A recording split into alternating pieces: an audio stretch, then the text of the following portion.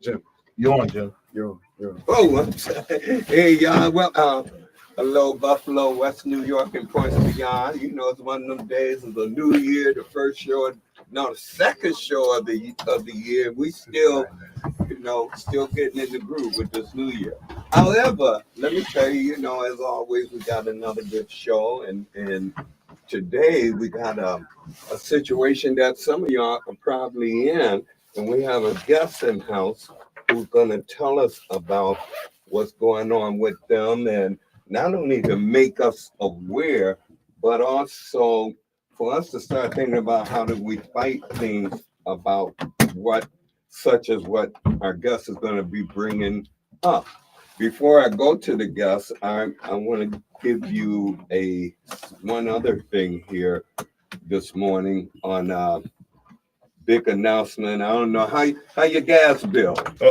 How you doing? He said, Your house gas cold, warm? How your electric bill and all that? Hi. Well, anyway, we already know climate ain't no joke, and there's gonna be a climate fund justice pop education. They're gonna pop up, and it's gonna be at the Buffalo Central Library on Thursday, January 16th, from 6 p.m. to 8 p.m. And the one of the things is that in New York, we still haven't gotten the legislature and the governor to move swiftly and substantially enough to ensure the protection of communities with the high rates that are starting to. Well, you already know it. The gas company done raised their rates. So Wednesday, I'm sorry, Thursday, January 16th at the Buffalo Central Library from 6 to 8 p.m. There's going to be a climate fund justice. We could call him for Fund the Climate Justice here in New York State. You need to be a part of it. It's brought to you by Push Buffalo and other supporting organizations. And again, you need to be there. I don't need to ask you about your bill no more, and I don't need to ask you whether you're cold or hot. We already know the conditions of some folks in our community and the quality of our homes needing a lot of care. Well, I've said enough, and if I didn't get you before, Happy New Year. The crew is on here. We all feeling good, and we're going to do a round once around the world with the crew. And then we're going to move on to our guests to have our guests introduce themselves and begin to inform us on the topic for which we have them here for. Now, you wondered who it is. Just stand by. You got time to call somebody, and you got time to join us in the conversation at 716-837-1112. And with that said, how you doing? Good morning, good morning, good morning. How are you doing? It is Austin. I'm joining Mr. Jim on the conversation. Tremendous and show. It's a pleasure to be here. It's always good to hear what's going on in Buffalo, get some relevant information. And I think that for what you talked about and what the guests will speak on today, there are resources out in Buffalo to help. But if we're not aware of those resources, if we're not aware of problems that we're fighting, a resource is only as effective as it's known. So I think having these conversations, which is always a pleasure. So I'm happy to be here today. I'm not going to hold it for long. My mom is in the booth, Latasha, on the technology, but I'm going to swing the introduction over to Mr. Holman. Hey, what's going on, Buffalo and surrounding areas across the nation? I'm here to do the shake-up part on the Jim Anderson Show and bring what's relevant in our community and to this station, and that's what we're all about. Don't forget to get your call in if you still want to go on that bus ride to DC. So you call the station, and then that's what it's all about. So let's figure it out. What's up, Jim? All right. So pull that mic close to you. And again, you don't have to raise your hand. Don't feel no pressure in pushing in. Don't let us stop you short of what you want to share. And say it loud. I always tell people talk like you want somebody to hear you. Because otherwise people don't hear you, then they can't do nothing. They don't know nothing. So let's start with, let me tell you, the issues around homes, not only the need for homes, But those who have homes and run short of funds for not always for reasons of their self, but in this time in which we live, and yet we still have the predator realtors and who, as we know, had already, dare I say, conquered Buffalo. So they own so much property and they strong arm folks to get their money. And so this is a subject today that's going to talk about that. And our guest is going to tell us about the situation they ran into. And with that, I'm going to shut up and I'm going to have the guest introduce herself, homegirl. And that's enough on my part. So have it your way. Okay, thank you so much. Don't be afraid to talk in that Thank you mic so and much pull it. You can pull it closer for to you. So inviting there you. me, That's all right. here to share with you guys today.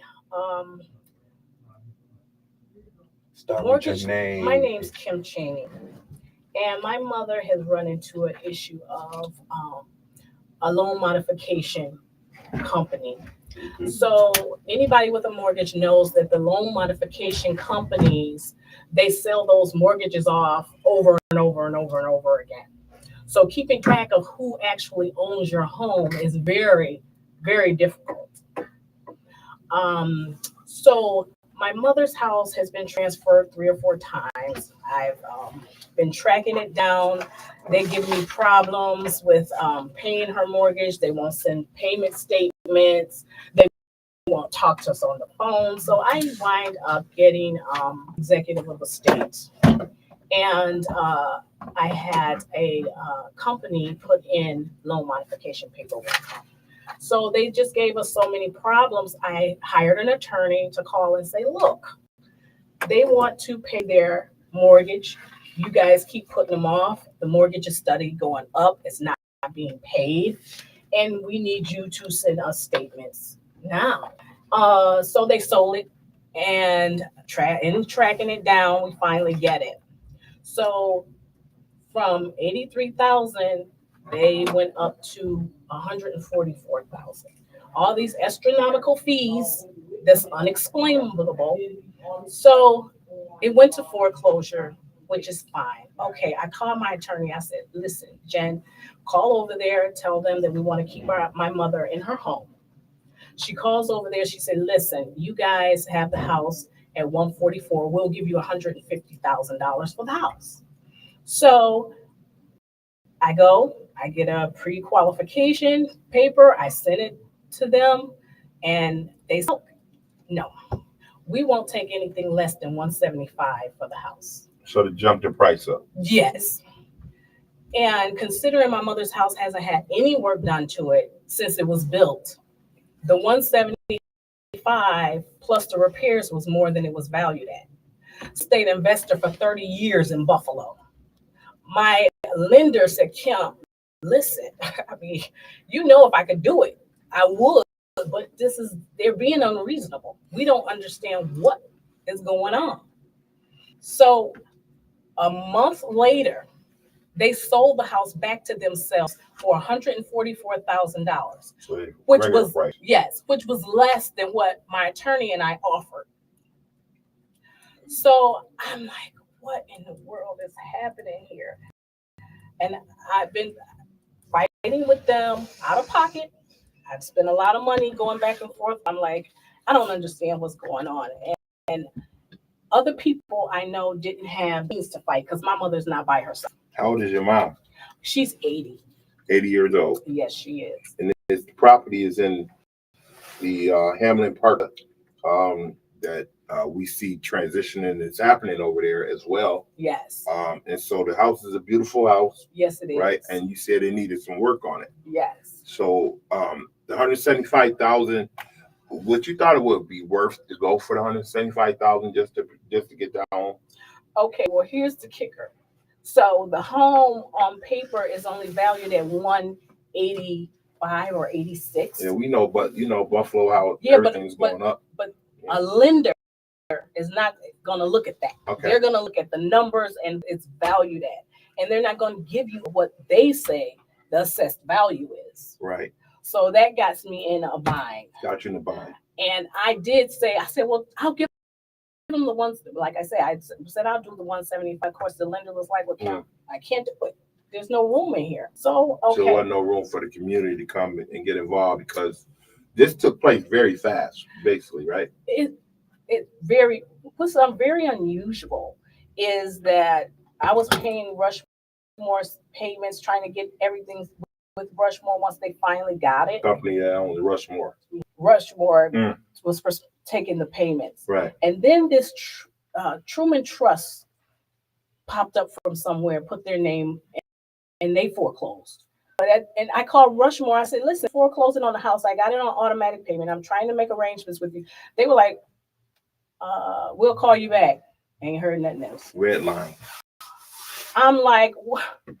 So I said, I'm just, my attorney said, Kim, they're just being unreasonable. They didn't understand what was going on. So I wind up saying, you know what, I'm gonna make them own this, because a lot of people just go because they have the money. Right. They go because they're ashamed. They go because they don't want people saying, oh, they got put out of their house and laughing at them. But since this is not the case, and I can stand up for others that have lost their homes unjustly, that is exactly what I am going to do. It's like it happens in the Humboldt Park area, Mr. Anderson, a lot to elders. I think this happened to a couple of elders before that was losing their homes over there, and then the community, we try to rally up and help you guys out, and it's like too late because you went through courts. The courts make their decision. Now we locked in, so the community, when you got to be out this house. The 15th, they're giving me another 2 weeks. Or they extended it. Yeah, I think they're giving it to the 23rd. Why do you think they extended it? Yeah. Well, I called Betty Jean Grant, and she was livid. She said, wait a minute, we're coming to your mother's house. We're doing an interview, and we're going to somebody's going to do something. I've been in contact with Senator Ryan's office, April Baskin's office. New senator. She called someone from that office every day. What can we do? You know, that's where, for me, it gets even more sour, because for instance, and I'll get to my point. Let me ask you, how long had the mortgage not been paid? What were the monthly payments? Do you know? The monthly payments was around 8 something. So when my mother's husband passed, 8,000? No, 800. 800. Because I'm just saying, to get to 83,000 owed. I mean, that the rest of the money? I mean, that was the money owed and back mortgage pay. So when he passed away, I called and said, my mother's husband passed away, and said, oh, well, you're not on the mortgage? No. Your mother on the mortgage? No. We ain't talking to you.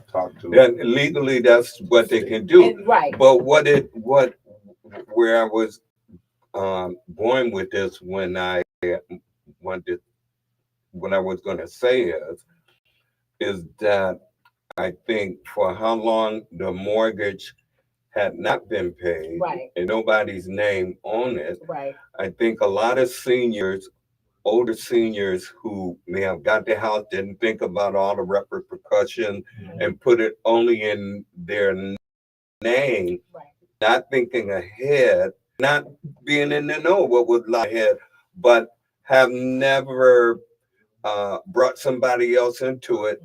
On one hand, locks out some things you can do. But I'm also thinking by her age, and with the parts of the story you've already mentioned about what has happened, to me, while the politicals who are supposed to be doing something haven't been able to do nothing, which is because wondering what that's about. I mean, the least they could do is, in Congress, when you write your senator about an issue, they do what you call a congressional inquiry if they're going out to get some information, you know, Right. about what's going on. Exactly. Seems to me that they could do some kind of legislative inquiry to see if they can get some information trying to work it friendly. But the other thing, we'll be with you in a moment, caller, that I think is important is to help senior services. To I mean, this is one that comes to light. Mhm. Maybe we have a scam thing going on here, and if they're going to protect seniors, they need to be involved. So I'm just saying, since none of the others have done nothing yet, Mhm. maybe they on it. Somebody go tell them, Jim, think maybe they on it, and maybe pull in senior services because you also mentioned she's being forced out and Right. so forth. Priced out. Anyway, that's the point I wanted to make. Let's take this call and we'll get right back to the story. Caller, you're on the air. Welcome. Yes, good morning, Jim Murray. Hey, Betty Yes, Jean Jim, Grant. how you doing? Hi. Yeah, I would say that we, as a Detroit Parkways Coalition, have been working with Kim, trying to unravel what is happening. You know, some of the issues came up during kind of COVID-19, where there's a moratorium on people, you know, not paying rent, and also mortgages because of the dire straight of the country and the lack of funds. So I think some of the mispayment might have gotten waylaid because of that. However, this house that Kim's mother lives in is a historic house. Yeah. She probably will tell you, but that's the house Dr. Lydia T. Wright. Live You in. know, right. Everybody knows who she is. First black surgeon, Yep. first black pediatrician, first black school board member. And so, you know, we've been working with Kim, and what's really happening is that publicity, I believe, of this case. A lot of people saw on Your page. the Facebook page that a lot of people got involved. But I want to say that it's not just Kim mom that's in the same situation. There are a couple more people who are on Humboldt Parkway who, because of whatever, maybe they didn't have money Call it to what pay it the is. mortgage or whatever, Gentrification. they've been subject to foreclosure. Or they, so make a long story short, the houses are being sold for more than what they're being appraised for. And of course, you know, the house that Kim mom lives can sell for probably $300,000. And the mortgage company knows it. And so, you know, they saying, well, why should we take 183 from Kim mom when we could just sell the house back to ourselves and we can get $300,000 for it? Legislator, when you talk about that, and I'm dealing with that now and trying to purchase a house. Now, probably folks out there as well. The pricing of housing in the city of Buffalo off the scale. A house that probably went for $50,000 is now going for $300,000 or $400,000. Right there, property value goes up. Everything is going up. City Hall can sell a house at auction. I'm talking about a shack for $70,000, $80,000, and then everything goes up. So we're dealing with this here now. Even with her saying the prices went from 144 to 175, and that was a deal. But overall, I mean, that's the average price is $300,000 plus for a house in the city of Buffalo right now, $400,000 plus, and we ain't seeing this, and no one is talking about it. But when I seen her on the story, that's why I said, come to the show and talk about it. But there's so many seniors out.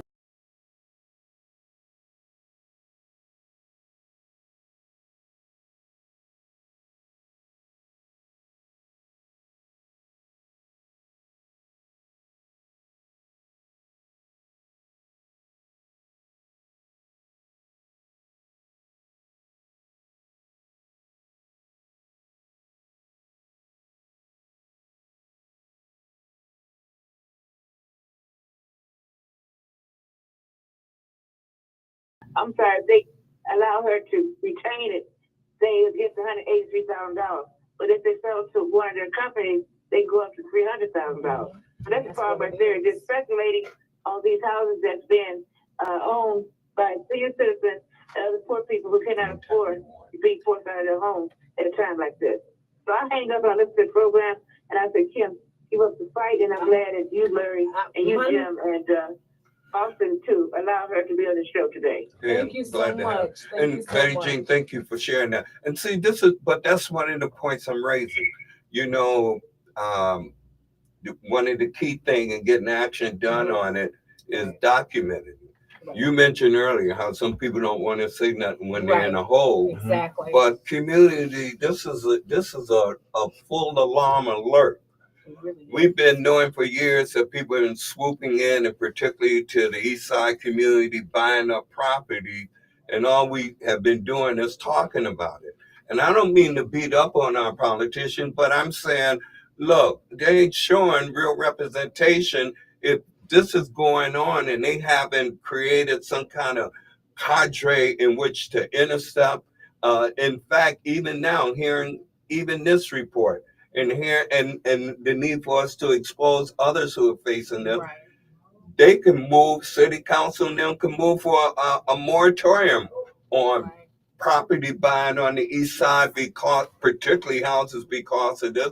There's enough evidence. So when they act like they don't know what to do, it's hard for me to accept that. See, when this is the thing about how we do in the community. When we have these problems, we start talking about them, but we have to organize them behind them. And when organizing, that means you got to start documenting. You can't just say, well, somebody lost their house. You got to have names and people who are willing to go on record and speak up. And laying that down before our politicians and say, hey, wait, you play a role. You got to stop the onslaught. I don't care. We ain't said run nobody out yet, but it's time to look at how they doing business in this community. Exactly. So I'm just saying, So all you have y'all the that are court order. listening for politicians on any level, you go back and tell them Jim said it, not the guests and not the other co-anchors in here. But I mean, But she has a court. It's a court order already. So she's in the process already of being evicted, Yes. and everything is done basically Yeah. right now with the court order that's in the front. I think you said you had a gag order put on you. Now, what was that about? They put a gag order on you for trying to buy your house back? No. Or what was that about? This is a separate issue, and I please have me back here Right. once this comes to fruition and everything is worked out. I was downtown. My husband and he's been on the police. He retired from the police department, 35 years. Wow. We downtown with picket signs for Shell Point and other, and we got a gag order put on us. Wow. Well, for protesting. Well, we're gonna bring you back on that one. All right. Oh yeah. And but on this one, folks, you can, like I said, you can call in 716-837-1112 if you want to weigh in. But take the heart. If you're in a family that has a senior that has their own home, you need to check to see whose name of ownership is on what, where they at in terms of their payment, and start building a safeguard to protect the property. And then organizations, especially y'all doing housing concern, you need to get involved with this and find out who. We need to get it on record so that when we talk and loaded with evidence rather than just kind of, giving a hypothetical of people losing their homes and say who, where. So. Right. But I'm gonna put some icing on this whole cake. So I say, I go down to court and they're starting an eviction, and I go into court and the attorney for the bank is like, just sign this paper and just go. Right. I'm like, Without no. reading it, right? I said, yeah, just sign this paper and go and be out in 30 days. I said, I said, I want to see a judge. Then the court-appointed attorneys talk to him, they talking, and they come back over, sign this paper and just go. I said, I'm going to see the judge. There go another alarm. There go Big Mouth Jim. See, there's the other thing. We don't have the attorneys that we can call in to help. Right now, we ain't necessarily saying pro bono, but when you hear stories like you're hearing now, where those of you that say, hey, look, I deal with that, I can... Where are you legal folks in the community? Anyway, I'm not beating up on you. I'm just saying, if we to make it take... They say it takes a village. I know it. It takes a village, right? Exactly. So all of us with our talents should be willing to pour it in. I'm not telling you to not make your money and give up your jobs. I'm just saying, find a way to help these problems that are beholding the community. I know someone who in another realm of business, they could fly on and can do their thing and they'd be all right. But I know they helping the community. They ain't got it. It's out of their heart. I'm saying everybody ought to have a heart. We talking about city of good neighbors. I ain't calling out no name, but I'm just saying when people do things to help back in the community, it ain't cause nobody twisting their arm. Right. They're doing it out of their heart. And so I need some of you legal folks to do that too. We got some business folks that do it. Well, some of them on the air here at the station. I mean, we right here. This is the shake-up part. We have lawyers that come on WFO on certain days. They're here on the air. I'm quite sure y'all listening in. Give her the help that she needs so she can save her house for her, not just for herself, but for her mother.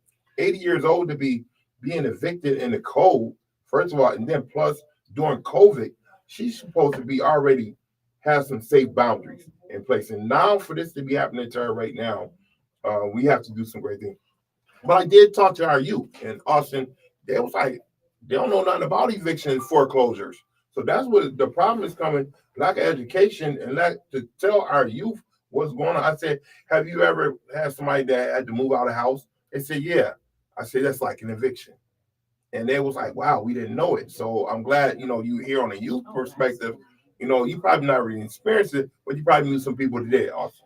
Yeah, no, and it is like, I think when I look at, there's a lot of issues that I'm looking, or how I'm seeing this place for a bigger role. Like we're in a city where I think the biggest thing, we're in a budget problem, right? That's what we're looking at in the future. Our biggest source of income, property tax.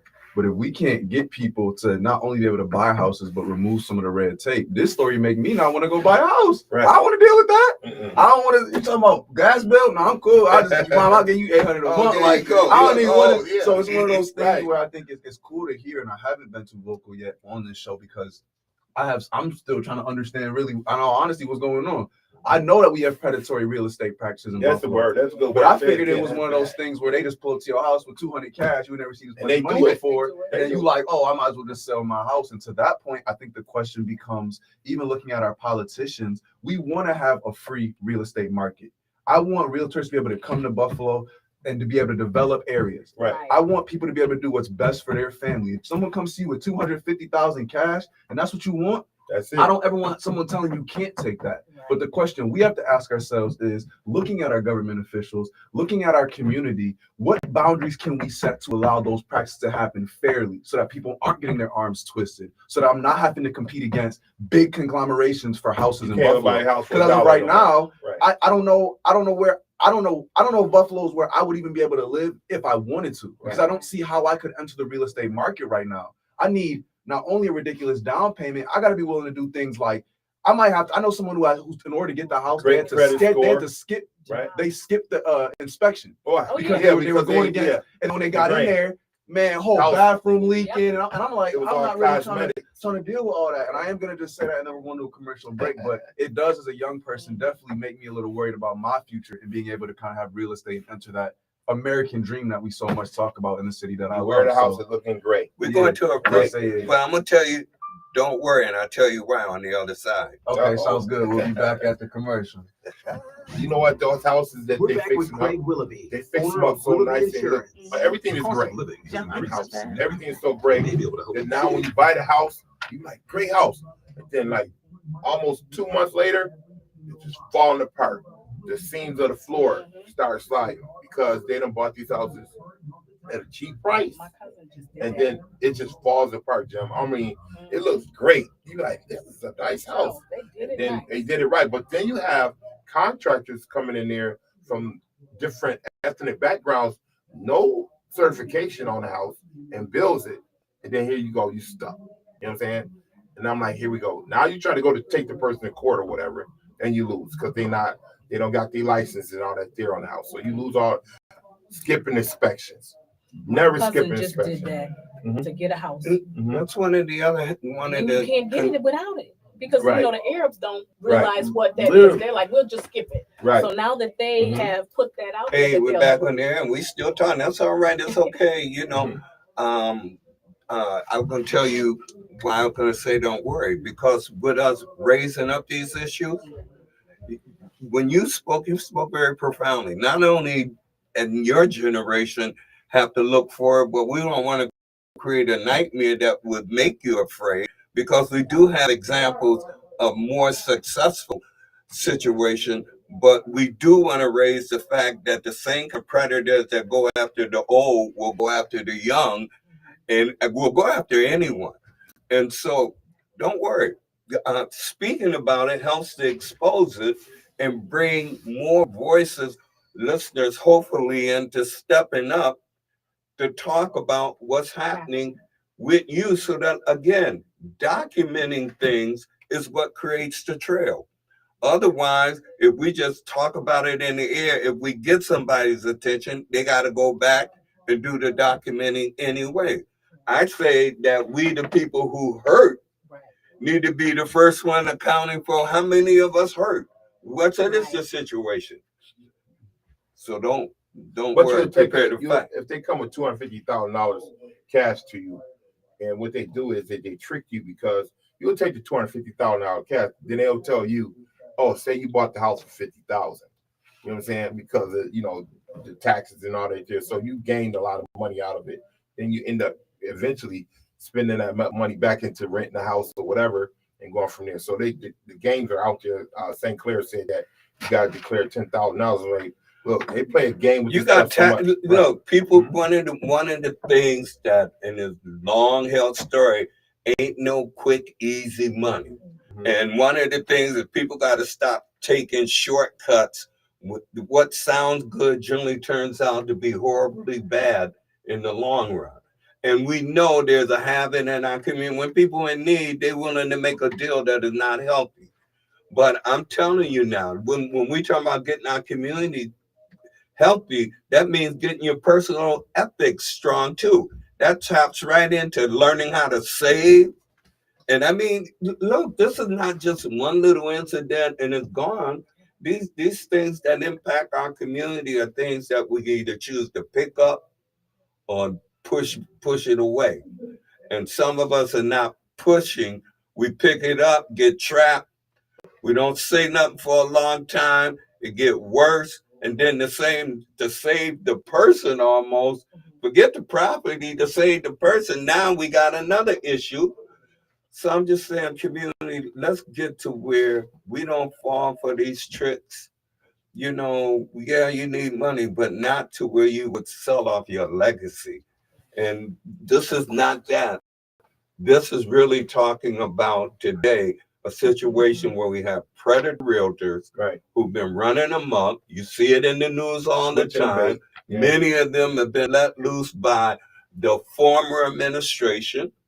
And I tell you, if we're not careful, some more are going to be let loose by the administration we have now. If we're not careful, because they got to make money in the city. Right. If we don't have it, they're going to go, unfortunately, for the wrong dollar, which means what they're going to sell off. What they got to sell, other than a lot of vacant land. Which is high end. I'm sorry, not to interrupt. I have a question even to what we're talking about, because I don't mind being more specific, because I used to work over on the west side, I kind of on the east side. A lot of it is people who are coming from outside of the Buffalo community. And I think that, to what I was saying kind of before break, I think Buffalo is a place where people should be able to, people should want to join the city of good neighbors, right? They should be able to look on the outside and say, you know what, Buffalo is where I want to be. I know we're close to a borderline. If you're coming over here, we should not be a place that's turning people away. But to that point, is it wrong when selling your house, when selling property, to say that I want to sell to someone who's a Buffalonian? Is that wrong? Is that discriminatory? Because for what we're saying, there are certain people who, for us, living in certain living conditions are terrible. But if you're coming from a country where you didn't have a roof, forget the inspection. I'm in there. Then if that becomes a requirement, or that's something that, like you said, has gotten to a point where it's like most people I know have skipped the inspection because they couldn't get the house without it. Right? Because people are coming from other places and just saying, I'll just take anything, which is completely within their right. But how do we maneuver that? Is it wrong to say, or to be particular with who you're going to sell your house to? And does that then make us just as bad as other people who discriminate against us. So the Based bidding on war race is- and nationality, it would be wrong, legally wrong, and suable. But that what you point out talks about a wall we have in our community. We often talk about the others like we haven't been the others before. But it's a bidding war that you're dealing with in this thing here. And I've been running into that a lot. I'm looking for this house. It's a bidding war. You put in the price, I put in the price for $340,000, right? And got bidded out for $20,000. And now I'm like, who's buying this property? And you never know who's buying this property. It's the banks playing the game like what just happened to her. And that's what I'm trying to say here. So they play this game, and then all of a sudden you got to keep on looking, or they don't want you in that area. You see what I'm saying? That is a major thing. A lot of folks is moving out of Buffalo right now and moving into Tonawanda, to Kenmore, to Amherst. They got 11% on the taxes. They moving out there just because what's happening here, but they spending $500,000 for a 2-bedroom. You get what I'm saying? So those things are starting to happen here. The politicians again. The politician can look when we look at the cost of living here in the area and the way it's rising. That's what they're on guard about. They want to grow the community, but they're not trying to drown out those who are here. And until they get wiser and stronger on doing that, we're going to be working stronger. I don't think and we can't blame it on any ethnicity. Right. I mean, we know there's a habit in communities saying them and Mhm. Bangladesh, the Muslims, Africans, right. or every other country. So what? They need somewhere to live. As long as they're doing it right, you can't be mad at them. You could learn some things from them on how to save the money and pull together that you might buy and expand your own tribe. So I'm just saying anyway. And I think that's what I'm saying about we're having, I think, a little bit of, I'm not going to say the wrong conversation, but if we could reset and have a different perspective. We can't get mad at the Bangladesh because they don't use banks. So they do pull money together, and they're not the only communities that do that. There's multiple groups that do that. But I also think one of the things that I've experienced with our culture is that we, for some reason, have a problem with delayed gratification. And what it means is that when my son at 20, we're having conversations about, you don't need to get into a whole bunch of debt. We've been there, done that with 2 other kids. So how do we have a different conversations? Because it's okay for you to stay home until you can save up for a house. Right. But you also have enough real estate and legal professionals to say, it's not okay. When I bought my first house, now I know these rates. When I bought my first house, nobody had the conversation with me. I was just working as an engineer, and I was like, "You get a house? I want a house." I didn't look at the interest rate. My interest rate was 8% on a house. That's terrible. Although now I don't even know if that's terrible. But at the time, it was terrible because we're not having that conversation. And when we get to these conversations, we're talking so much about entrepreneurship. Without W-2s, what bank you going to that's going to loan you a house, give you a mortgage? Because if you can't show your money, and a lot of these things about the stories and tricks that's being played, these are regulated industries. And so I think, yes, we're reactive because it's terrible what happened to your mother. But I feel like when we're talking to young people or we're talking in general, we need to reframe these conversations. Guess what? In a couple of weeks, it's going to be a whole lot of people walking around with a lot of money. Yeah. And you know what they're going to do? They're going to leave that landlord, leave that stuff, and go get a new one because I got thousands in my pocket and I'm going to go to Rent-A-Center and get my furniture or wherever I can do a pay later. I'm going to get a new place and I can't negotiate too much because I don't have a landlord thing because I left that landlord just because I want a new place because I wait for this time every year. So I think we're not having some of the conversations that are real in our community when oranges are $9, orange juice is $9 and eggs are $4. People don't have the time for this delayed conversation because it's hard to be strategic when you're struggling. So that's the thing I'll keep saying. So you said something about they don't use banks. I think they do use banks. That's what. A lot of them are pulling money together, and if they do go to the bank, they're not going to the bank like we're going to the bank. but we're not going to the bank. What I'm saying is Mostly. that if they are going to the bank, which I don't think that's what's happening, I think that they're using private money because a lot of them are doing cash You offers. talking about the cash part? It's a cash buying the offer. house. So when you have a cash offer, you can close in 30 days because I used to have a real estate license. You can close in 30 days. You can say, I don't want to do an inspection. You can say, even if the real estate appraisal comes back 20,000 less, it doesn't matter. Right. Because if I own that house free in cash, all I got to get is a couple, then I can pull equity out of those homes. That's when I'm going to the bank. I got you. I'm not going to the bank to buy it. I might be pulling equity out after I've I purchased a just wanted couple. to make it clear to him because when you said that, the bank part, I was like, wait, hold on now. I always see him at the bank. And I know we have a caller coming on, but my question then becomes like, but we got to look at it from this perspective. Like, as a young person, if in order for me to get a house, you're saying like that's what we have to do. So for me to get a house in my city that I've lived in for my whole life, I gotta go with 5 other people, come with cash. Yeah. Like No, that's. I'm saying, But I'm saying that to say the question isn't like it's like. But is this the market that we want to have to be in? Should I have to do or go through these many hoops to buy a house? And if it isn't, then the question becomes like it's not a person, it's not a group we're pointing fingers at, but it's saying if we have a predatory market that is regulated, do the regulations reflect the city that we want to live in? And if they don't, my question becomes, what does that line look like? Because again, we cannot take away people's ability to make free choices. If you want to take that cash offer, if you're coming with a cash offer, wherever you're coming from, and you're doing right by the city, you deserve a house in the city just like everybody else. But I'm saying that to say, if the competition has gotten to a point where me on my own or me under 30 can't buy a house, that's not the city I want to live in. Okay, but let me just have one rebuttal, then we'll take the call. This is the thing. In all things of life, I see there's a call. Money talks, period. At 20, you could save up money and have enough money to put 30% down and get a conventional loan and get a decent interest rate. No, you don't have to go with a bunch of people. Right. But guess what?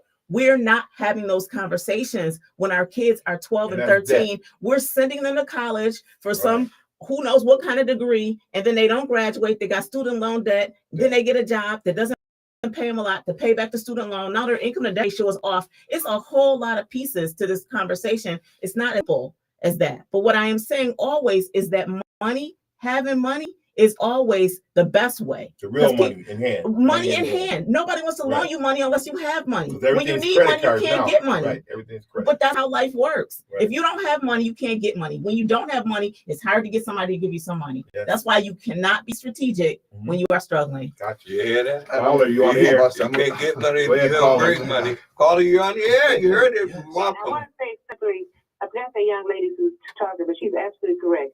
The bank debts do not use bank as the potential lending borrowers, because what they do, they got associations where they pool their money together, and when somebody they have their own finance companies. That's what they're doing. They're not using banks. They're using their own finance companies. Their own finance company, and when somebody comes there to want to get money to buy a house, they are loaned the money, but guess what?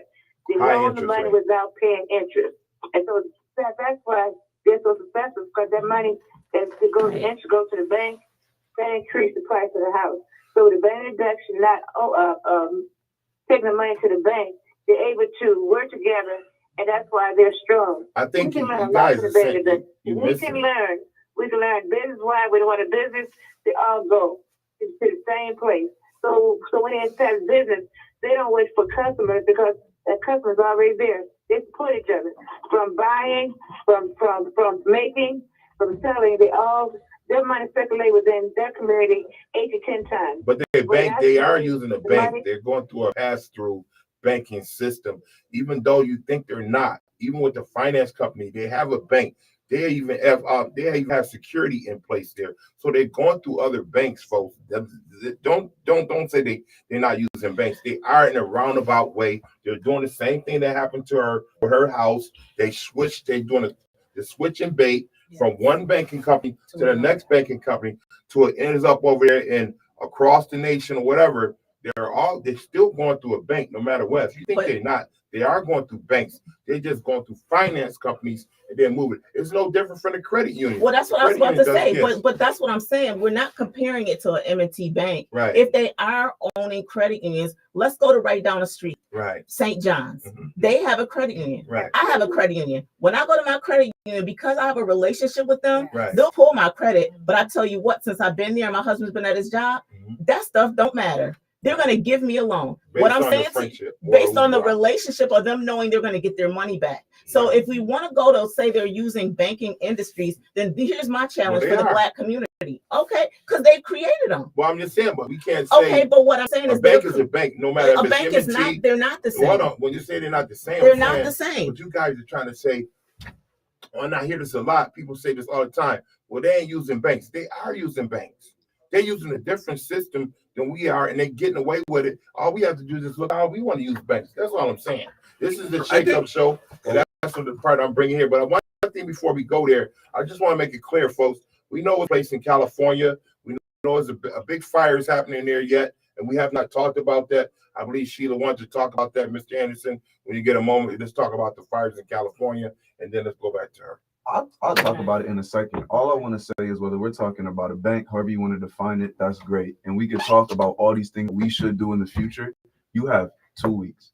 People need housing today. So if we're in a predatory market, it's great that we have systematic changes that we need to make within our own culture and our own people, but people need stuff today. And if you can't articulate what we would want today, which would be a political, if it's a moratorium, it would be something that's going to happen today. And that's why I'm asking, what does that line look like? Yes, in a perfect world, we would have our own credit unions. We would have our own cash. We wouldn't even need to. We just come with straight cash and we do exactly what's happening to us. But we didn't. We made bad choices in the past. We did not raise people the way with the correct education. So this is where we are. And as being here, I think we need to be very clear as to say, yes, we want to build boats, but where are the life preservers just to keep us above water? And that's going to be being clear as to what does that line look like for free, but also a protected market that supports everybody, both the seller and the buyer. That's what I'm asking. And I don't think that most people are sure as to what they would feel comfortable making that line be. Because like I said, you don't want to have so many restrictions that now you take away free autonomous choice.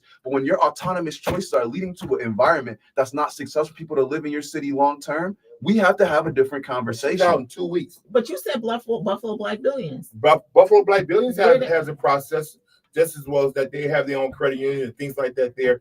But if people don't know in the community what's out there, then we just, going in blind. It's just like a horse that has the stirrups on. He only see one way, but if you take the stirrups off, he can see all the sides. So we back to her being kicked out in 2 weeks, actually had an extension put on because she's supposed to be going on the 21st, right? Yeah. And so now they get ready to move you out in 2 weeks. Yes. But if we don't make the noise and go there and support her, or even put up a human barricade like we used to do with Mr. Anderson, where folks come in there protesting saying, Mr.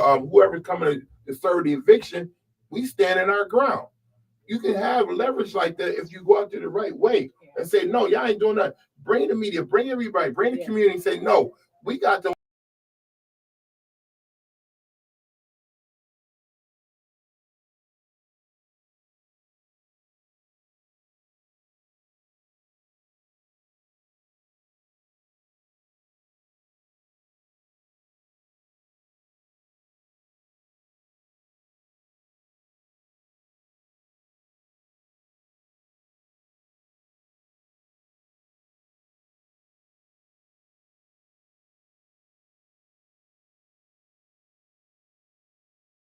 Alleged to be engaging where you at. Right. That's what I'm saying.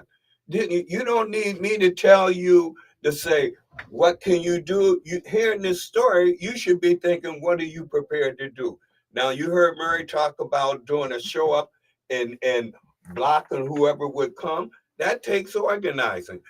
It sounds to me what Betty Jean Grant was talking about, that she may be leading to some of that. Right. So that we know is going Not on. in secrecy. The other thing is that the question about banks is somewhat irrelevant because there are a lot of different kind of institutions you can go through. Right. And like, when you like in the sports, you don't worry totally how the other team is playing.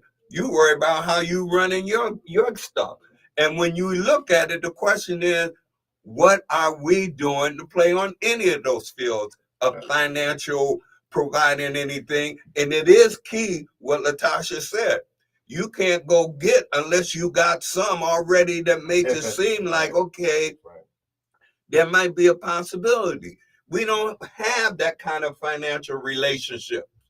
We haven't built it. We got people who are working in institutions. A lot of people in black look, we got a lot of black people in banking. They tellers and stuff, some are managers and stuff, but who's doing the focusing around how their bank could help in a situation like this? Look, I don't know. And evidently there's been nothing that come to you, but I'm gonna shut up because I'm gonna at least let you roll on until we got no more time. But it comes down to generational wealth being stolen from our children and grandchildren. Yeah, and I agree with you. But then someone had to say, if we know that, what have we done about it? Other than saying they've been taken from us, because we tell our young people they took from us, but nobody's built the way forward in the face of that. Everybody comes and say, even ones that don't do right financially in their own housing. I mean, seriously, we know it looks. Ask some of these black landlords the problems they done have with people that look like them. I'm not putting nobody down. Just let's talk about the games people play. Well, and and so I'm just saying that what you're pointing out points out a need. Yes. And it's a need we do need to address. We need some attorneys that specializes in banking regulations to go after these servicing companies that are just gone rogue.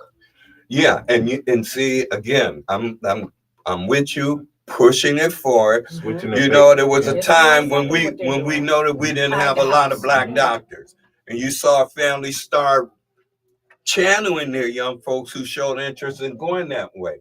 How many of our folks are channeling young folk who may have an interest in law to go down these avenues where we have problems with, because we need a vanguard of those who can fight?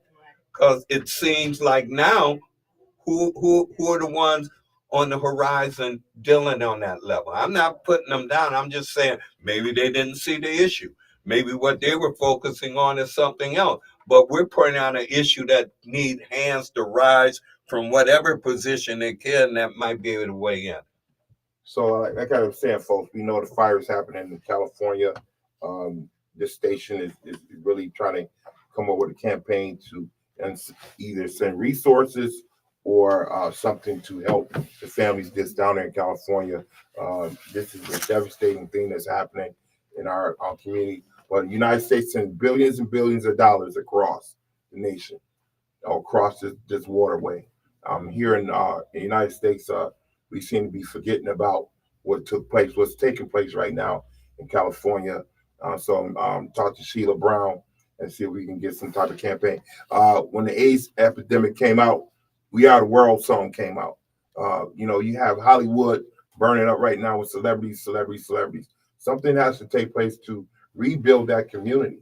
And I think that this station probably will be doing something in the future on that level there, or send resources, water, whatever it might take to help those families, come back. To that point on the Palisades fire, it's extremely tied to what we're talking about today. Why is that really a tragedy, right? Because in theory, we pay home insurance so that when things like that happen, people can get paid and get their houses back.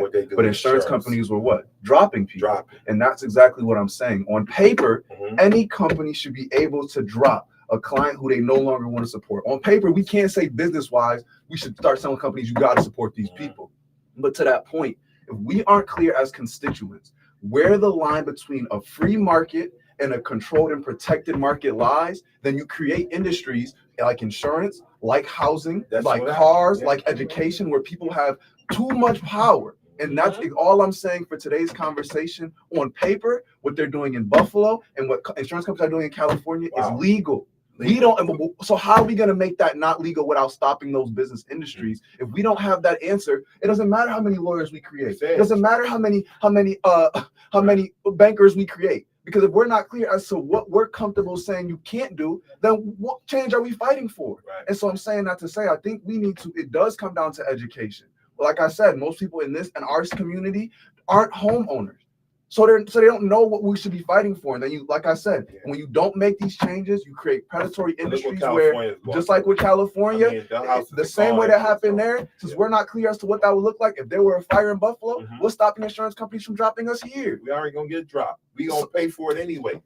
On the long run, all of us will be paying for what just happened in California. And it's crucial that our community comes together now and put our other differences to a side and say how we're gonna help folks down there, because for some reason it ain't made it to Compton. You know what I'm saying? Well, most black people in that area live. It's just out there where all the do-gooders do. Sort of like it's in the scripture. To me, it seems like, you know, things are getting wiped out for reasons. And I'm like, okay, you know, it's like, you know, a pillar of salt. Look back, boom. So I'm just letting you know on that level. But we have to do something at this station and in Buffalo to send something there. And I haven't heard anyone saying we sending water or anything down there, but let it be something overseas. Automatically, boom, it happens. So why not? Why not in Buffalo? I think the best thing we can send them is the money that they've been paying on insurance every month to get. I could send them. I could send them, and that's what I'm saying. I could send them $20. Right. But y'all have money that y'all were entitled to paying for every month that y'all did not receive. The best thing I could do is bring awareness to the fact that these people are getting done terribly. Right. That's what I do to help them, because y'all had. I'm not bigger than State Farm. Right. I'm not bigger than. So but y'all were paying commercials for these come on a industries. football game, State Farm this and all that there. Yet still, they cutting people's lives, man. Saying, look, we're not paying y'all because it's an act of God. Any thought? Come on. Any thought? Let her finish out because we only got a couple minutes, like a minute. I was gonna say, there has to be some type of regulations on these mortgage servicing companies. Right. It has to be. The icing on the cake is October. We went down and we go into court, and the attorneys, make another offer. I put in a $150,000 offer again. Okay. We get into court, and the judge is like, well, they want you out in 30 days. I said, I just put in, they had me go get pre-qualified for another mortgage and put in a second offer for that $150,000. Me and my attorney haven't heard anything from them. Do you know the bank attorney tells the judge, I don't know anything about that. How you don't know anything about that? Big time lawyers for the corporate. So the judge said, okay, Miss Chaney, I want your offer letter, and I want a refusal letter from you, the bank's attorney. We go back there, and he brings in a letter from the first offer, not the second offer. Well, those are straight. We're gonna follow up in a second. All right. Caller, you on the air? Sorry, be quick. I think the caller might already be going.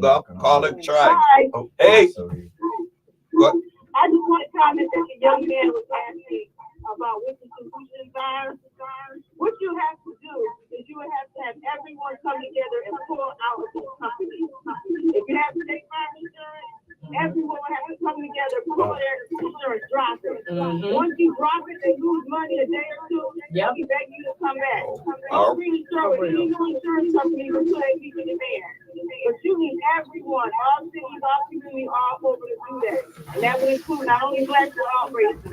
All right. Start pulling out these systems. If you don't start putting your demands down and then keep paying and complaining, they're not going to change. You have to make them lose money because they follow the money.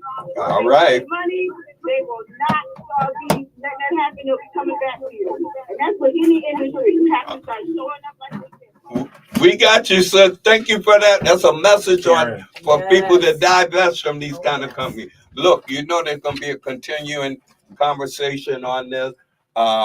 There's a lot to talk about. If people do like that caller and the other caller, call in and talk and engage us. We're done. We out of here. Look at me. I'm just running.